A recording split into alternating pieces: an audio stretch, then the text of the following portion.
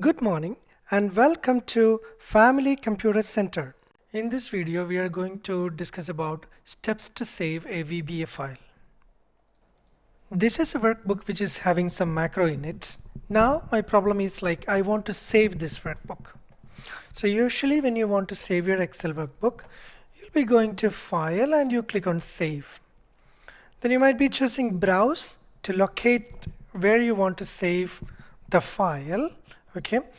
And usually when you save your Excel file, it is saving with the extension .xlsx, that is Excel workbook.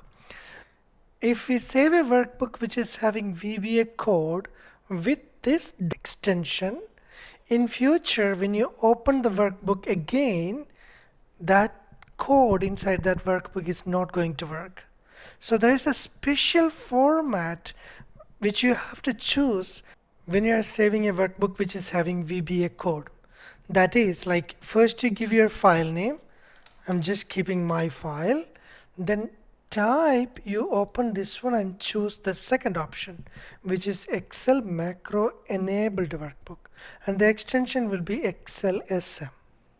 Then you save your workbook. Hope you enjoyed the lesson.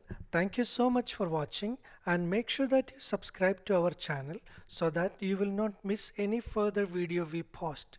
See you again. Bye for now.